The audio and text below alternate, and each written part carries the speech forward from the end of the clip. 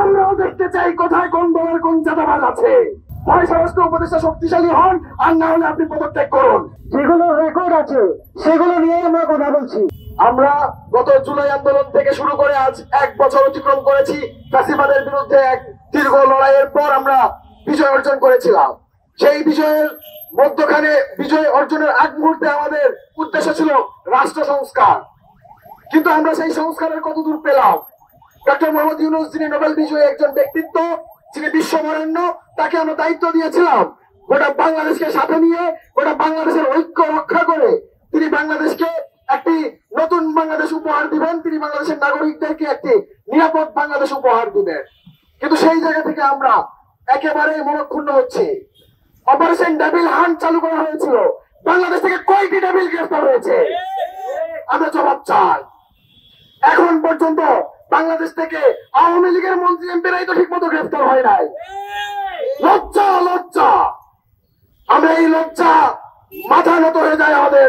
গত জুলাই আন্দোলনের খুনিদেরকে অন্তর্বর্তীকালীন সরকারের সহযোগিতায়, বিভিন্ন সমন্বয়কদের সহযোগিতায় আমরা পালিয়ে যেতে দেখেছি। এই যদি হয় পরিণতি, এই যদি অপরাধ করে পালিয়ে যাওয়ার সাহস পায়, তাহলে ভবিষ্যতে শাপলা ধানের শীর্ষ হাত পাখা যে কেউ স্বৈরাচার হওয়ার সাহস দেখাবে। এই সাহসিকতাকে বন্ধ করতে হলে স্বরাষ্ট্র উপদেষ্টাকে শক্তিশালী করতে হবে। হয় স্বরাষ্ট্র উপদেষ্টা শক্তিশালী হন, আর না হলে আপনি পদত্যাগ করুন। জুলাই বিপ্লবীদেরকে স্বরাষ্ট্র মন্ত্রণালয়ের দায়িত্ব বুঝিয়ে দিন। প্রত্যেকটি থানা, প্রত্যেকটি পাড়া মহল্লার দায়িত্ব জুলাই বিপ্লবী যোদ্ধাদেরকে বুঝিয়ে দিন। আমরাও দেখতে চাই কোথায় কোন দলের কোন চাঁদাবাজ আছে। আমরাও কোণে কোণে বের করতে চাই কোথায় কোন সন্ত্রাসী লুকিয়ে আছে। বাংলাদেশের একমাত্র স্মার্ট সিটি বসুন্ধরা এখন আরো নিরাপদ, আধুনিকতায় আরো এক ধাপ এগিয়ে। কোথায় কোন দলের পরিচয়ে কোন সন্ত্রাসী পার পেয়ে যাচ্ছে আমরাও দেখতে চাই। পাথর চাপা দিয়ে বাংলাদেশের সন্ত্রাসীদেরকে আমরা হত্যা করব। যদি বিচার না হয় আমরাও হাতে পাথর তুলে নিতে বাধ্য হব। এই যে পাথর দিয়ে আজকে সাধারণ জনগণ হত্যাকাণ্ডের শিকার হচ্ছে, সেই পাথর চাপায় ভবিষ্যতে রাজনৈতিক দলের পরিচয়ে কিংবা পুলিশ প্রশাসনের সহযোগিতায় যারা চাঁদাবাজি, ধান্দাবাজি করছে, তাদের প্রত্যেকের একই পরিণতি হবে। নেতাকর্মীদের হত্যা করার পর কিভাবে তাদের লাশের উপরে নৃত্য করা হয়েছে, ঠিক একই ভাবে 2025 সালে এসে এখন পাথর মেরে হত্যা করে লাশের উপর নৃত্য করা হয়।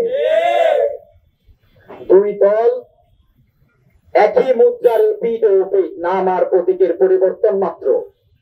তারা আবার কি নির্বাচনের জন্য লাফালাফি করে? আপনাদের দুয়ারে দুয়ারে তারা যখন ভোট চাইতে যাবে, আপনারা তাদেরকে তাদের মুখের উপরে তাদেরকে নব্য ফ্যাসিস্ট বলে গালিগালাজ করে বের করবেন।